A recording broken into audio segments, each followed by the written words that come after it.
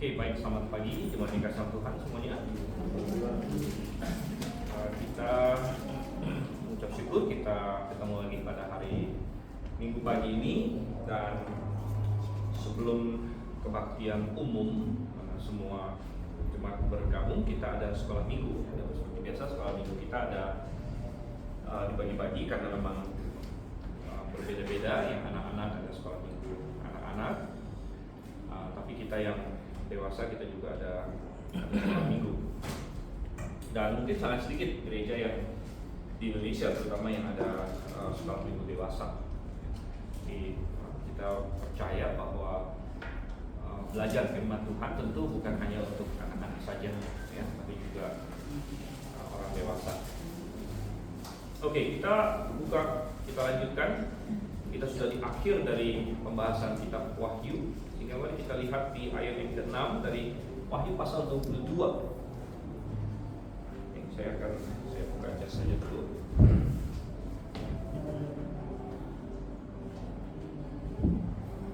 Wahyu pasal 22, kita akan lihat ayat 6 sampai dengan ayat yang ke-21. Kertas isian kita masih sama seperti yang minggu lalu, jadi tidak ada perubahan di situ. Dan minggu lalu kita tidak sempat baca bersama karena kita di sebelah sana. Jadi minggu ini kita baca bersama saja. Silih berganti. Saya akan mulai ayat 6 cuma ayat 7. Jadi Wahyu pasal 22 ayat 6 sampai ayat yang 21. Saya akan mulai demikian firman Tuhan. Lalu ia berkata kepadaku, perkataan-perkataan ini tepat dan benar, dan Tuhan Allah yang memberi roh kepada nabi-nabi, kepada para nabi, telah mengutus malaikatnya untuk menunjukkan kepada hamba-hambanya apa yang harus segera terjadi. Sesungguhnya aku datang segera, berbahagialah orang yang menuruti perkataan-perkataan buat kitab ini. Dan aku Yohanes, akulah yang telah mendengar dan melihat semuanya itu. Dan setelah aku mendengar dan melihatnya, aku tersungkur di depan kaki malaikat yang telah menunjukkan semuanya itu kepadaku untuk menyembahnya. Tetapi dia berkata kepadaku, jangan berbuat demikian. Aku adalah hamba, sama seperti engkau dan saudara-saudaramu, para nabi yang semua mereka yang memenuhi segala perkataan kitab ini. Sembahlah Allah. Lalu ia berkata kepadaku, jangan meteraikan perkataan-perkataan nubuat dari kitab ini, sebab waktunya sudah dekat. Barang siapa yang berbuat jahat, biarlah dia terus berbuat jahat. Barang siapa yang cemah, biarlah dia terus cemah. Dan barang siapa yang benar, biarlah dia terus berbuat kebenaran. Barang siapa yang kudus, biarlah dia terus menguduskan dirinya. Sesungguhnya aku datang segera dan aku membawa upahku untuk membalaskan kepada setiap orang menurut perbuatannya. Aku adalah Alfa dan Omega, yang pertama dan yang kemudian, yang awal dan yang akhir. Berbahagialah mereka yang membasuh jubahnya, mereka akan memperoleh hak atas pohon-pohon kehidupan dan masuk melalui pintu-pintu gerbang ke dalam kota itu. Tetapi anjing-anjing dan tukang-tukang sendiri, orang-orang sundal, orang-orang pembunuh, penyembah-penyembah berhala, dan setiap orang yang mencintai dusta dan yang melakukannya tinggal di luar.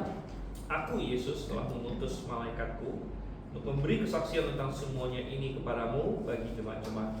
Aku adalah Tunas, yaitu keturunan Daud, bintang timur yang hilang gemilang. Roh yang mengatur perempuan itu berkata, marilah, dan barang siapa yang mendengarnya, hendaklah ia berkata, marilah. Dan barang siapa yang haus, hendaklah ia datang. Dan barang siapa yang mau, hendaklah ia mengambil air kehidupan dengan cuma-cuma. Aku bersaksi kepada setiap orang yang mendengar perkataan nubuat dari kitab ini. Jika seorang menambahkan sesuatu kepada perkataan-perkataan ini, maka Allah akan menambahkan kepadanya malah petaka yang tertulis di dalam kitab ini. Dan jika seorang menambahkan sesuatu dari perkataan dari kitab nubuat ini, maka Allah akan mengambil bagiannya dari pohon kehidupan dan dari kota kudus, seperti yang tertulis di dalam kitab ini. Ia yang memberi kesaksian tentang semuanya ini berfirman, ya, aku datang segera, amin. Datanglah Tuhan Yesus. Kasih karunia Tuhan Yesus menyertai kamu sekalian. Amin. Oke, mari kita bersatu dalam doa kita dulu. Dan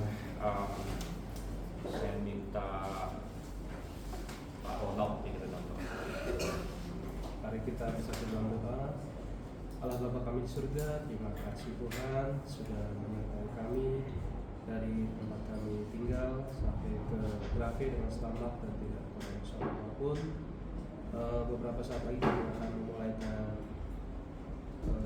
sekolah minggu dewasa kami pada pagi hari ini. Kami berdoa untuk Pak Stephen sebagai pengajar kami, Tuhan memberi hikmat kepada beliau dan kesehatan, dan juga Tuhan membukakan hikmat pada kami ya Tuhan, agar kami mengerti apa yang dijelaskan. Terima kasih ya Tuhan Yesus, kiranya Kau menyertai program ini dari awal sampai akhirnya. Hanya di dalam nama Tuhan Yesus Kristus kami berdoa dan bersyukur. Amin. Amin. Oke, jadi kita sudah membahas sebagian dari perikop yang baru saja kita baca tadi, yaitu sampai, kalau di isian kita itu sampai di poin 3. Ya, dan kita sudah melihat isiannya di situ bahwa di akhir, jadi ini adalah penutup. Jadi Rasul Yohanes sudah diberikan penglihatan yang begitu luar biasa, sudah disingkapkan hal-hal yang begitu luar biasa, apa yang akan terjadi, bahkan dalam roh dia diangkat ke sorga untuk melihat semua itu. Ya, dia adalah orang yang sudah melihat sorga itu seperti apa. Ya, dan ini adalah penyingkapan Tuhan yang sejati, tidak seperti yang katakanlah diklaim hari ini. Kalau ada orang berkata, oh saya juga lihat sorga kok seperti ini, dan sebagainya. Entah itu anak kecil, entah ibu-ibu, entah kakek-kakek melihat sorga dan lain sebagainya. Kita tidak bisa dan tidak boleh percaya itu. Ya, mengapa? Karena kalau kita percaya itu berarti ada pewahyuan tambahan. Ya, berarti Tuhan kasih tahu kepada kita tambahan lagi begitu, yang bertentangan dengan nanti kita akan lihat di akhir dari pasal ini, di mana Tuhan bilang dia sudah tutup, ya, jangan ada orang yang menambahkan lagi begitu. Oke, jadi Yohanes setelah melihat semuanya itu, dia begitu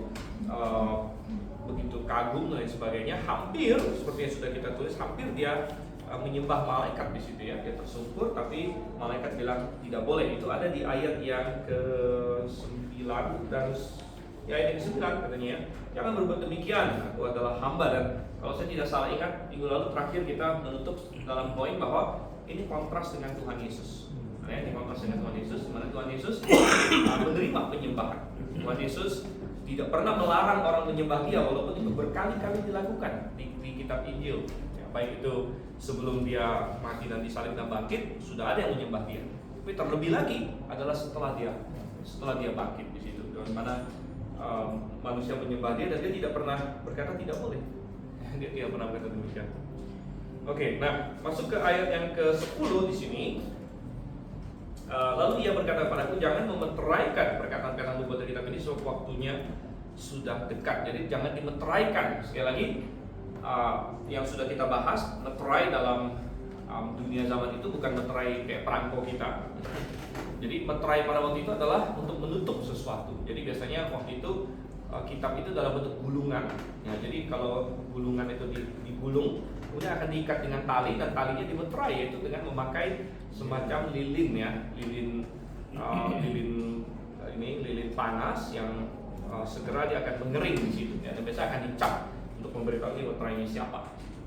Dan oleh karena itu, kalau suatu gulungan diikat terus dimeterai, ya berarti dia tidak bisa dibuka kalau meterai itu tidak dipecahkan, gitu kan. Nah, kalau mau buka itu, yang meterainya harus dipecahkan, gitu. Jadi memeteraikan sesuatu itu kayak menyimpannya, membuatnya aman, tapi juga dalam pengertian tertentu menutupnya, gitu.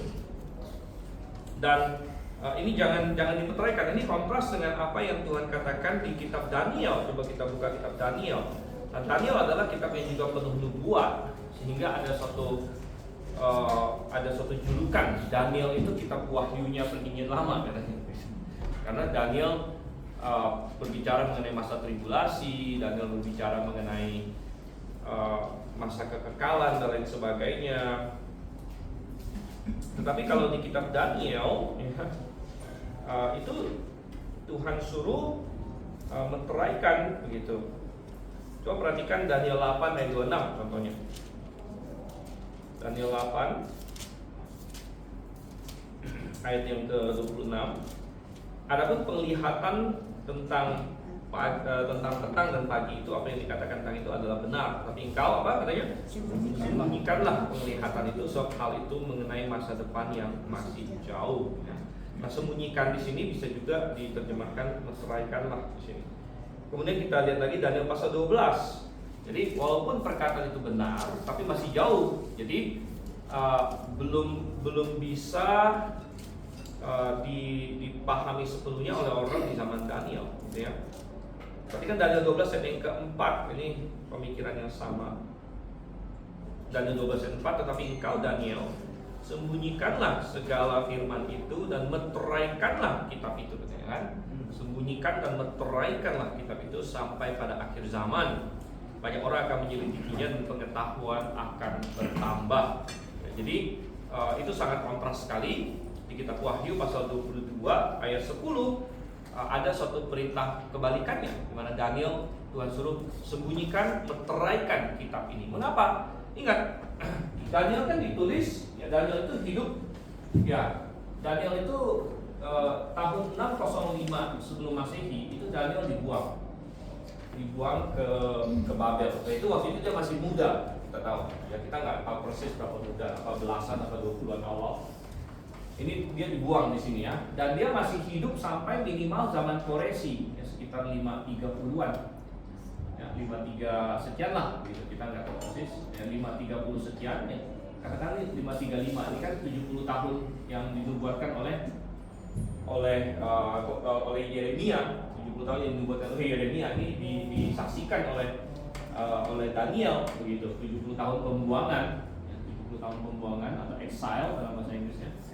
Ini disaksikan oleh Daniel. Gitu. Jadi kalau misalnya Daniel waktu dia dibuang ke Babel umurnya belasan, berarti dia tuh sampai umur 80-an minimal, Daniel kan?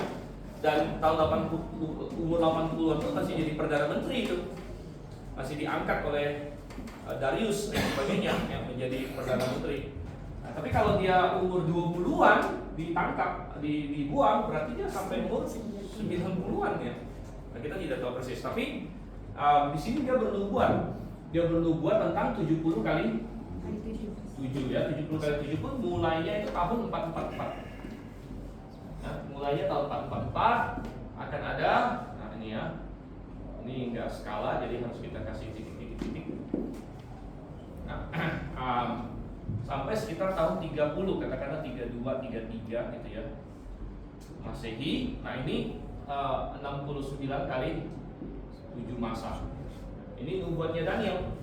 Nah, jadi orang di zaman Daniel ketika membaca kitab Daniel, dia tahu bahwa apa yang tertulis dalam kitab Daniel itu tidak mungkin digenapi di zaman dia.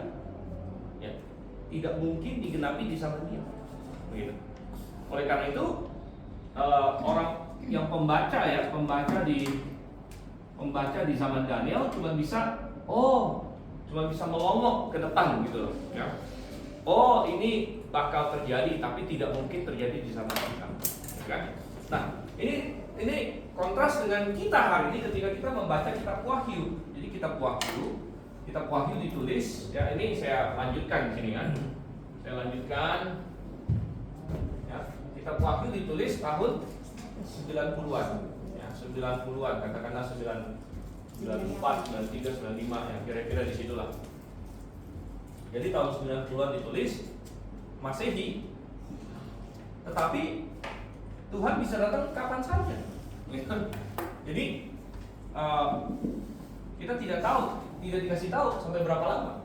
Nah, memang kita saat ini sudah sampai tahun 2024 hari ini ya. Tetapi maksudnya waktu gulungan kitab Wahyu ini ditulis ya, kitab Wahyu ini ditulis, waktu kitab Wahyu ini ditulis, setiap orang merasa bahwa itu bisa terjadi di zaman ini. Oleh karena itu Tuhan bilang ini jangan dimeteraikan, karena kan, sebab waktunya sudah dekat, jadi bisa terjadi kapan saja. Ini bisa terjadi di sini, bisa terjadi di sini. Nah, sampai kita sekarang tahun 2024 pun kita tetap harus mempertahankan konsep yang sama bahwa ini bisa terjadi di zaman kita. Kita tidak boleh terlena atau menjadi putus asa, gitu kan, dan berkata udah kelamaan gak datang, jadi gak bakal terjadi. Gitu. Jadi tidak boleh berpikir seperti itu. Malah kita berkata sudah semakin dekat. Gitu. Kalau di sini saja sudah dibilang sudah dekat, apalagi di sini, gitu kan? Nah, sudah sangat dekat sekali. Jadi oleh karena itu Tuhan bilang jangan dimeteraikan, gitu ya. Karena berbeda dengan kalau di kitab Daniel, ya, kitab Daniel, pembacanya Daniel, nah, itu bagi mereka memang belum bisa ya yang sezaman dengan Daniel tidak mungkin terjadi di zaman mereka karena masih ada apa? Ini 70 kali 7 lagi ya. Berarti 490 tahun itu pun bukan mulai hitungnya dari sini, hitungnya dari sini. Jadi mereka tahu ini belum di zamannya kita, gitu. Nah, ini beda dengan kita hari ini, di mana tidak ada suatu apa ya, tidak ada suatu keharusan bahwa masih 100 tahun lagi gitu, nggak ada. Hari ini datang bisa. Nah, semua yang tertulis ini bisa dimulai hari ini juga. Ya. Oke, dan itu sangat tentunya sangat exciting mestinya bagi kita. Oke, kita lihat lagi di sini. Hingga ayat yang ke-11, barang siapa yang berbuat jahat, katanya biarlah ia terus berbuat jahat. Barang siapa yang cemar, biarlah ia terus cemar. Nah, tentu ini bukanlah Tuhan suruh orang jahat, yaudah kamu terus jahat aja gitu. Ya. Panggilan Tuhan di dalam firman-Nya jelas adalah bagi manusia untuk bertobat. Ya. Tetapi kalau kita lihat di ayat yang keempat di sini, poin keempat kita, peringatan kitab Wahyu sedemikian tegas dan jelas sehingga orang-orang yang masih tidak mau bertobat akan terus dalam kesesatan mereka, ya, akan terus dalam kesesatan mereka. Dan sebenarnya kita bisa menafsirkan ayat 11 ini juga berbicara mengenai bahwa di dalam kekekalan. Jadi ini berbicara mengenai bahwa orang yang benar akan terus benar di dalam kekekalan, dan orang yang jahat akan terus jahat di dalam kekekalan ini ya. Jadi dan ini memberikan kita suatu pemikiran bahwa jangan kita berpikir bahwa nanti di dalam katakanlah di dalam kekekalan nanti ya, maka orang-orang yang jahat gitu, ya, orang-orang yang binasa, ya, mereka itu bakal bertobat begitu. Ya, jadi indikasinya tidak, ya, melainkan orang yang jahat akan terus ya menghujat Tuhan bahkan di dalam kebinasaan sekalipun. Ya. Sedangkan orang yang benar akan terus benar di dalam surga. Jadi ini bicara mengenai permanensi di dalam kekekalan. Ya.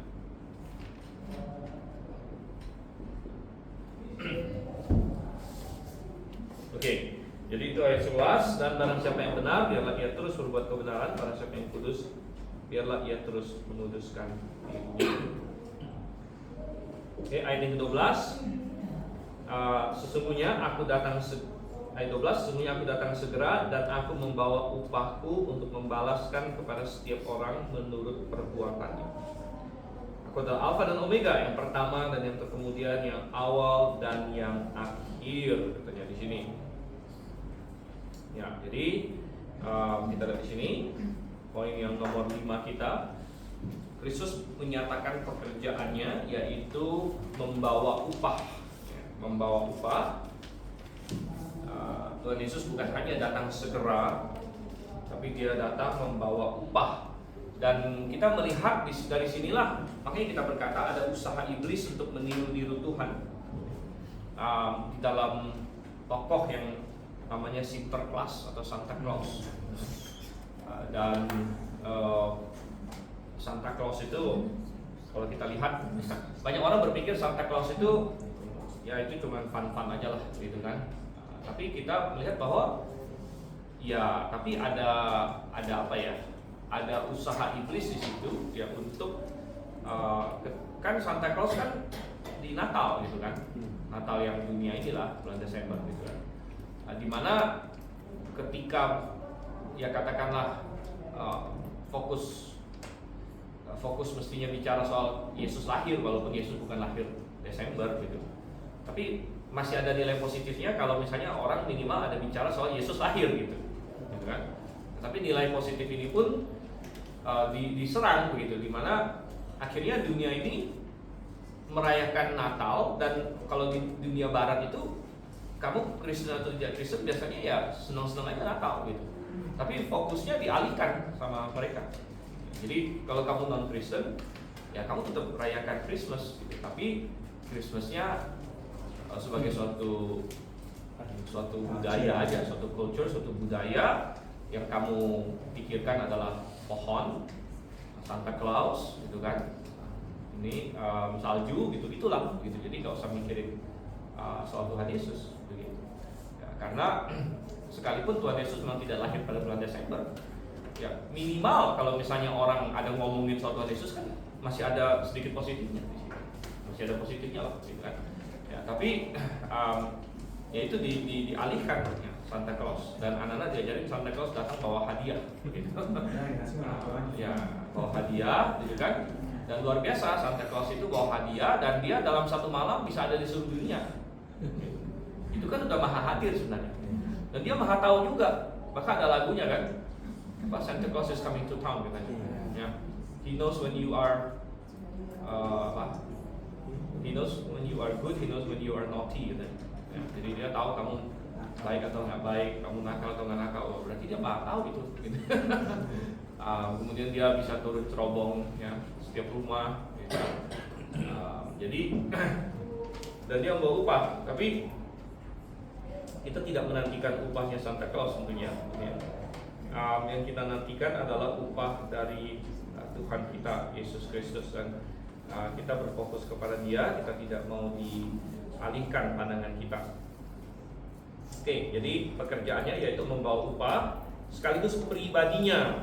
Poin 5 kita ya, yaitu ada di ayat 13 itu titel-titel Tuhan. Nah itu dia pakai 3 titel yang intinya sama ini ya, Alpha dan Omega.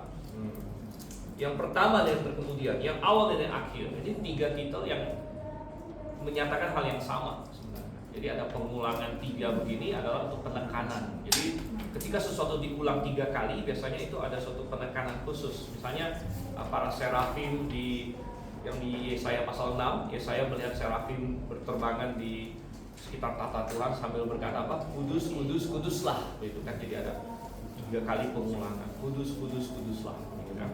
Jadi ada penekanan di sini juga, penekanan Alpha dan Omega. Kenapa Alpha dan Omega? Alpha dan Omega itu adalah 2 huruf terakhir di dalam abjad Yunani. Jadi kalau kita itu seperti bilang A sampai Z gitu.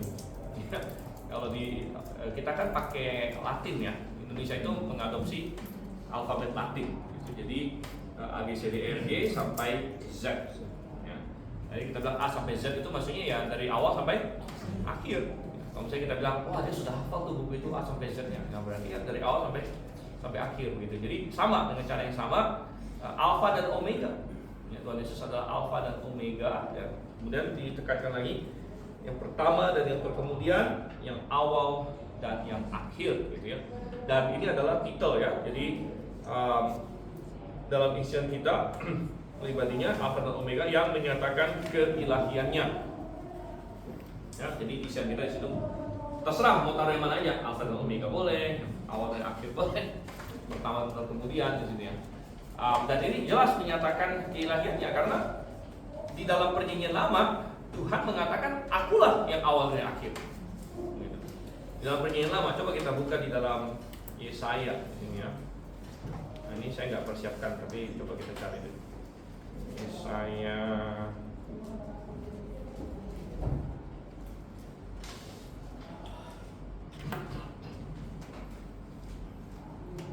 Kok dia pakai istilah terkemudian? Ya, yang terakhir maksudnya. Nah, terkemudian gitu kan? Terakhir gitu kan?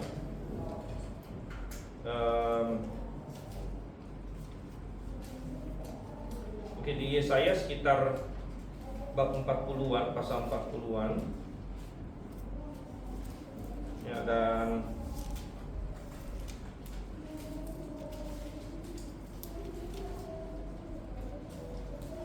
di sini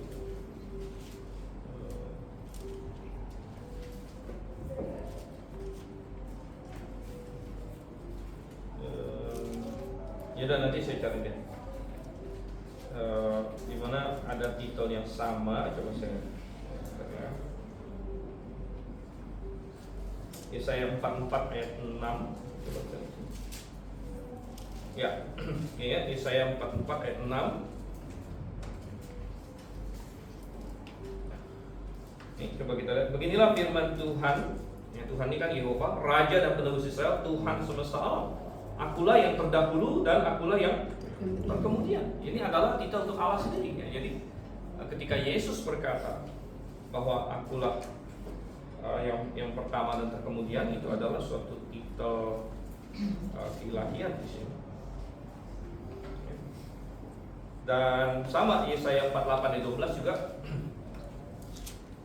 Masih ya di Yesaya 48 ayat 12. Dengarkanlah aku, hai Yakub dan kau Israel yang kupanggil, akulah yang tetap sama, akulah yang terdahulu, akulah juga yang terkemudian. Ya, jadi ya memang kalau kita memahami Allah eksis, ya sudah pasti dia yang paling pertama dong. Nggak mungkin ada yang lain. Kalau Allah memang eksis ya, dan kita percaya Allah eksis, maka tidak mungkin ada yang lebih dahulu daripada Allah. Oleh karena itu barang siapa yang berkata akulah yang paling dahulu, akulah yang paling pertama, ya itu pasti Allah, pasti pribadi Allah. Jadi siapapun yang berani membuat pernyataan secara absolut gitu ya. Nah kita mungkin pertama secara relatif, misalnya masing-masing anak pertama, ya itu benar. Relatif dalam pengertian ya kamu pertama, relatif dalam pengertian yang lahir dari orang tua kamu, gitu kan? Oh saya yang pertama, apalagi saya yang pertama tadi pagi saya pertama nyampe ke gereja gitu. Ya bisa juga begitu, tapi itu semua relatif gitu kan. Relatif pertama dalam relasi ke apa gitu. Tapi kalau kita bicara secara absolut sekali, aku adalah pertama secara absolut. Itu ya Tuhan gitu, tidak ada lagi yang pertama selain Dia dalam eksistensi dan dalam semuanya, gitu kan. Ya, jadi ya kita bilang bahwa oleh karena itu kita balik lagi ke Wahyu pasal 22 di sini. Nah, ini sangat jelas. Dan biasanya tadi kita bicara bidat-bidat ya, saya sebelum kita mulai rekaman sempat bicara ada bidat Advent lah, terus saksi Yehova segala macam, sempat bicara itu. Walaupun saya nggak suka pakai saksi Yehova sih tentang mereka. Menara pengawal lah, tegaknya menara pengawal, itu bidat menara pengawal. Dan menara pengawal akan sering bilang bahwa oh enggak, semua yang ayat tentang Alfa dan Omega ini bukan bicara soal Yesus, tapi bicara soal Allah Bapa. Tapi itu tidak masuk akal, karena kalau kita baca di Wahyu 22 di sini ayat 12-nya jelas bicara mengenai Tuhan Yesus. Karena yang datang segera itu siapa? Bapa atau Yesus? Nah, Yesus yang datang segera, gitu kan? Bapa tidak pernah menjadi manusia. Bapa tidak pernah lahir sebagai manusia di muka bumi ini. Adalah Yesus. Dan di dalam perjanjian baru yang berjanji akan datang kembali adalah Yesus. Jadi di ayat 12 itu sudah jelas mengacu kepada Tuhan Yesus. Baru ayat 13, akulah Alfa Omega, ini adalah Tuhan Yesus juga. Nah, tadi kayak bidat-bidat kayak menara pengawal, mereka suka berkelit. Mereka bilang enggak. Ya, nanti ayat 13 yang ngomong itu Allah Bapa katanya. Mereka suka berkelitnya seperti itu. Ya, tapi kita bilang, ya itu kamu tabrak konteks semuanya. Gitu. Ya kalau mau cara seperti itu mah semua juga bisa begitu di semua doktrin bisa diselewengkan kalau begitu ya. Tentu kita harus melihat konteksnya kalau begitu. Ya, konteksnya di mana? Ayat 12 kan jelas-jelas Tuhan Yesus sedang ngomong gitu, ya. Kemudian ayat 13 ya nggak bisa lalu kita alihkan ke pribadi lain gitu. Itu adalah Tuhan Yesus juga. Oke, kita masuk ke ayat yang ke-14 di sini ya. Berbahagialah mereka yang membasuh jubahnya, mereka akan memperoleh hak atas pohon-pohon kehidupan dan masuk melalui pintu-pintu gerbang ke dalam kota itu. Nah, kota itu maksudnya kota apa? Kalau berdasarkan konteks yang sudah kita bahas dari awal. Yerusalem baru di sini kan, karena pasal 21 bicara mengenai Yerusalem baru di sini. Jadi masuk ke dalam kota itu di sini ya. Nah, kalau kita lihat di dalam poin kita nomor 6, ada perbedaan antara TR dengan CT di sini ya. Jadi di manuskrip Yunaninya ada sedikit perbedaan, makanya kalau Anda cek ayat ini di King James bunyinya berbeda ya, dengan yang di LAI Di mana yang lain berkata berbahagialah mereka yang membasuh jubahnya. Sebenarnya dalam TR yang lebih benar adalah berbahagialah mereka yang melakukan perintah-perintahnya. Berbahagialah mereka yang melakukan perintah-perintahnya. Ya. Dan kenapa bisa ada terjadi perubahan? Karena yang teks CT, jadi TR itu singkatan dari Tectus Receptus. Ya. Tectus Receptus ini adalah teks Yunani yang sudah diterima umum, mulai dari abad-abad awal sampai ke abad sampai sekarang pun. Makanya Tectus Receptus ini bahasa Latin ya, teks yang diterima, receive text gitu. Dan abad 16 ya, tahun 1516 pertama kali dicetak.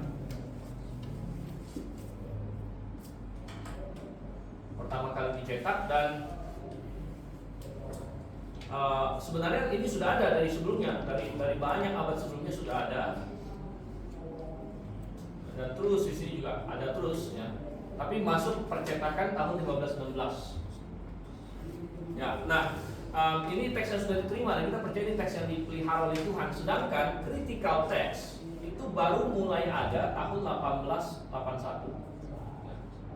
1881 baru CT mulai ada di sini ya. CT mulai ada. Sehingga kita bilang tidak mungkin CT yang dipelihara Tuhan. Ini tidak mungkin. Mengapa? Antara lain karena kalau CT yang dipelihara Tuhan, maka firman Tuhan hilang dong selama abad-abad ini, ya kan? Firman Tuhan ada di mana? Begitu. Ya kenapa kayak hilang? Lalu tiba-tiba muncul tahun 1881 begitu. Ya. Tapi kita bilang tidak, yang melainkan CT yang benar adalah TR. Karena TR itu sudah ada dari banyak abad sebelumnya. Ya. Dan ini di banyak manuskrip itu kita singkat MSS biasanya ya. Di banyak manuskrip itu sudah sama itu, sama. Ya. Nah, sampai di sini dicetak dan sebagainya. Tapi kenapa CT berubah? Karena begini, kata untuk melakukan ini,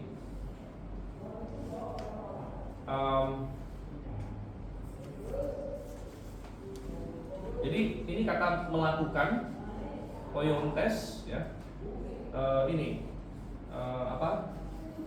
tas entolas.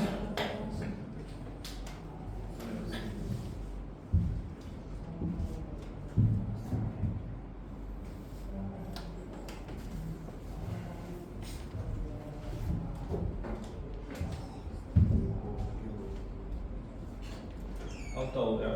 Jadi ini artinya melakukan perintah-perintahnya, tapi membasuh ini jadi flow non test ya, astolas ya, jadi dari entolas perintah menjadi stolas jubah ya, dari poiontes jadi plonontes, jadi hanya geser beberapa huruf saja gitu. Makanya dari ini ya, ini kita bilang CT itu salah dikit di sini ya. Beberapa huruf salah, akhirnya artinya jadi berbeda ya. Walaupun yang kita bilang membasuh jubah ya.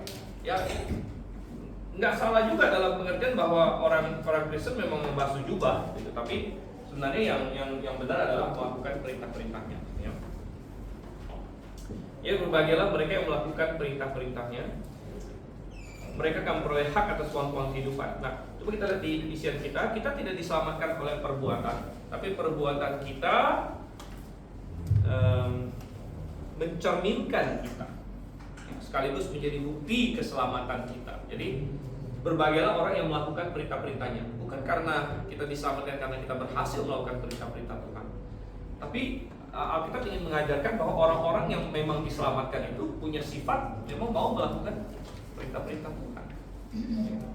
Ya, jadi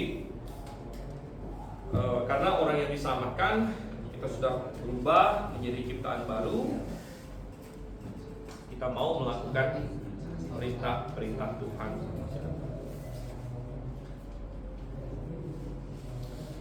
Oke, jadi itu bukti keselamatan kita. Dan orang yang diselamatkan itu apa? Memperoleh hak atas pohon-pohon kehidupan. Nah, kalau ditanya pohon kehidupan itu apa? Kita harus balik lagi ke kitab mana yang ada bicara soal pohon kehidupan.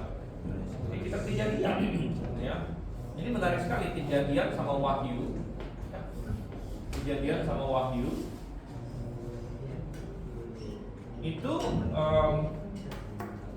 kayak pembatas buku kan, awal dan akhir di sini. Tapi kita bisa berkata Alkitab itu cerita adalah, kita bisa ini salah satu cara aja ya, cara agak lucu-lucuan untuk mengatakan Alkitab itu sebenarnya buku tentang bagaimana manusia yang tadinya nggak boleh makan buah pohon kehidupan jadi boleh lagi gitu. Ya, karena di Taman Eden setelah manusia jatuh dalam dosa, kita tidak boleh, kita diusir dari Taman Eden kan, nenek moyang kita diusir dari Taman Eden dan tidak boleh lagi makan buah pohon kehidupan yang melambangkan hidup yang kekal. Kita tidak punya lagi hidup yang kekal.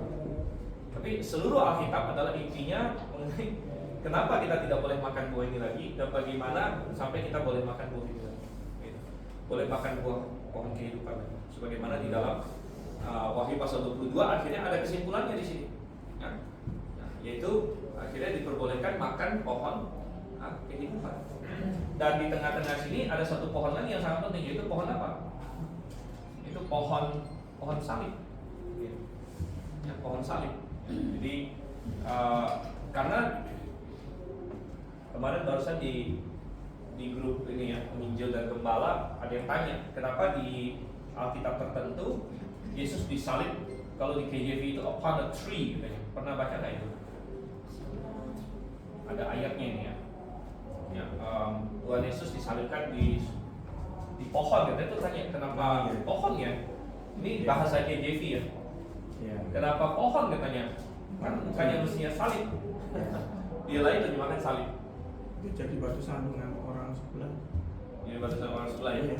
Orang sebelah itu orang Islam gitu. Oh, ya makanya dulu pernah saya tanya. Kok pohon? Oh, pohon gitu kan? Iya. Ya. Karena salibnya terbuat dari pohon gitu. Itu jawabannya gitu. Iya, itu. Salib itu terbuat dari pohon. Kan Gitu, salib ya. di situ. Gantung di pohon. Iya. Oh ya benar. Kalau misalnya waktu itu mereka bikin salib itu mereka tebang pohon gitu. Jadi ya benar lah gitu kan. Mereka ambil pohon, mereka tebang, mereka bikin salib gitu. Jadi digantung di atas salib, digantung di atas pohon. Sama itu, ya salib itu terbuat dari pohon. Gitu, kan? Nah, jadi karena kenapa terjemahkan tree? Karena memang dalam bahasa aslinya begitu. Jadi untuk tree itu ini sulon ya. Sulon. Nah, sedangkan untuk salib itu stauros. Stauros ya. Nah, jadi ada ayat yang berkata pakai stauros, ada ayat yang pakai sulon. Jadi ada ayat yang berkata Yesus disalib di atas salib, ada yang berkata Yesus digantung di pada pohon gitu. Dan kita bilang ini tidak bertentangan karena salibnya terbuat dari pohon. Jadi salibnya bukan dari besi gitu. Bukan salib besi, bukan salib tembaga, bukan salib dari yang lain, ini salib yang dari pohon begitu kan.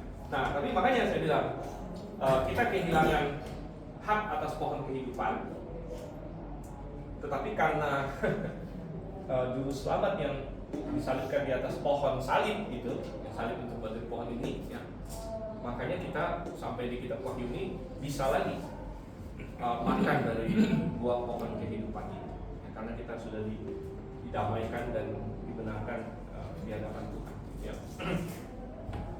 Oke. Jadi kembali lagi ke sini ya. Jadi ke Wahyu pasal 22 ayat yang ke-14. Jadi orang yang diselamatkan dia punya hak atas pohon kehidupan, bisa masuk melalui pintu-pintu gerbang ke dalam Yerusalem baru yang kita bilang adalah tempat kekal orang percaya. Ayat 15, tapi anjing-anjing dan tukang-tukang sihir, orang-orang sundal, orang pembunuh, penyembah-penyembah berhala, dan setiap orang yang mencintai dusta dan yang melakukannya tinggal di luar, katanya di sini ya. Dan itu di poin 6 kita sama ya, orang-orang yang disebut di ayat 15 memiliki karakter dosa, memiliki karakter dosa. Dan ya ada beberapa hal ya. Pertama anjing dulu. Lalu ada yang sedih di sini. Wah, berarti anjing saya mati nggak masuk surga katanya gitu kan. Lalu ada anak yang bertanya, apakah ada sorga untuk anjing dan untuk binatang? Tapi ayat ini tidak berbicara masalah itu sebenarnya. Jadi anjing yang dimaksud di sini bukan bukan anjing binatang si kukuk itu, ya. Atau yang apa? Ada istilah yang kemarin siapa si Caka bilang itu yang saya nggak paham awalnya itu. Anak bul lah. Anak bul. Ya. Dia pakai istilah itu. Anak bul. Apa itu anak bul? Oh, anak bulu katanya. Nah, maksudnya anjing peliharaan. Ya, ini bukan bicara soal itu ya. Jadi anjing di sini mengacu kepada manusia sebenarnya. Ya. Manusia yang disebut anjing dalam pengertian, karena begini, kita harus pahami konteks zaman itu nggak seperti sekarang. Kalau sekarang ini kan ada gerakan dia itu tadi anak bul, jadi kayak animal lover lah begitu ya, animal lover. Tapi kalau zaman itu anjing itu dianggap sebagai binatang yang kotor, gitu ya. Anjing itu dianggap sebagai binatang yang kotor. Dan tidak ada pada zaman itu anjing itu kayak masuk ke rumah, apalagi kalau zaman sekarang sampai tidur tempat tidur kita yang banyak dilakukan oleh orang gitu sekarang gitu. Anjing itu dimandiin, terus ada yang dibajuin lagi, ya padahal anjingnya gerah gitu kan, tapi dibajuin sama mereka, ya terus ada yang tidur di tempat tidurnya segala macam, ya apalagi orang barat ya banyak yang seperti itu. Tapi coba kita bandingkan beberapa ayat, misalnya Wahyu pasal 7, coba kita lihat. Wahyu lagi. Apa? Bukan Wahyu. Apa? Coba saya cari dulu. Matius maksudnya. Matius pasal 7. Ya. Ayatnya yang ke-6 tentunya di sini ya. Matius pasal 7 ayatnya yang ke-6. Apa dia itu? Jangan kamu memberikan barang yang kudus kepada anjing. Nah, sekali lagi ini bukan bicara mengenai anjing literal begitu ya, tapi ini maksudnya janganlah kamu memberikan barang yang kudus kepada anjing, dan jangan kamu melemparkan mutiaramu kepada babi, gitu ya, supaya jangan diinjak-injaknya dan kakinya lalu berbalik mengeyak. Jadi ini orang-orang yang ini adalah istilah yang dipakai di sini untuk mengacu kepada kekotoran moral, ya, kekotoran moral. Bahkan ada bukti-bukti, walaupun saya tidak akan masuk terlalu jauh ke sana, bahwa istilah anjing itu ada juga dipakai di zaman itu untuk mengacu kepada kaum homoseksual. Ya. Jadi anjing ini kan binatang yang kotor, gitu ya. Tapi kita nggak usah spesifik lah, nggak usah bicara soal homoseksual atau enggak, tapi ini orang-orang yang intinya sudah yang kotor karena dosa, gitu ya, kotor karena dosa, gitu. Apapun itu. Oke, jadi kita balik lagi ke Wahyu pasal 22 di sini ayat yang ke-15 ya, tetapi anjing-anjing. Jadi sekali lagi mengacu pada orang-orang yang kotor secara moral, ya, yang sebenarnya semua manusia sih. Tapi nanti kita akan lihat ya, anjing-anjing dan tukang-tukang sihir. Ya, orang-orang sundal, ya sundal. Jadi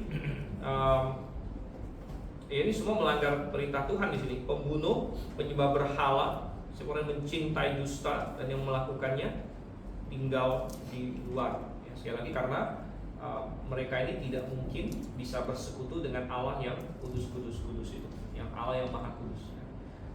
Semua ini adalah hal-hal yang bertentangan dengan pribadi Tuhan. Dan karena alam semesta itu ciptaan Tuhan, ya, dan selama karena di dunia lama, ya, kita kan hidup di dunia yang sudah jatuh dalam dosa, makanya dunia ini masih bisa mentolerir kita karena dunia kita pun sudah jatuh dalam dosa. Tapi ketika Tuhan sudah hancurkan dunia dan bumi dan langit lama, sudah ciptakan langit dan bumi baru, langit dan bumi baru itu tidak bisa lagi mentolerir dosa. Ya, oleh karena itu setiap makhluk yang berdosa itu tidak mendapat tempat, ya, melainkan harus dipisahkan selama-lamanya dari Tuhan dan dari dunia langit dan bumi yang baru. Oke, dan ini berbicara mengenai manusia pada umumnya. Tapi jangan kita merasa diri kita, oh saya saya hebat, saya nggak seperti itu. Bukan juga, gitu ya. Ya kemenangan kita atas orang-orang dunia ini bukan karena kita lebih hebat dari semua orang lain, tapi karena kita sudah ditebus oleh Tuhan Yesus. Coba kita lihat di dalam 1 Korintus.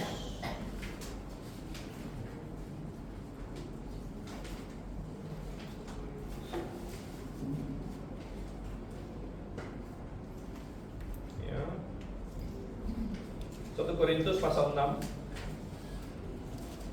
Dan kita mulai dari ayat 9.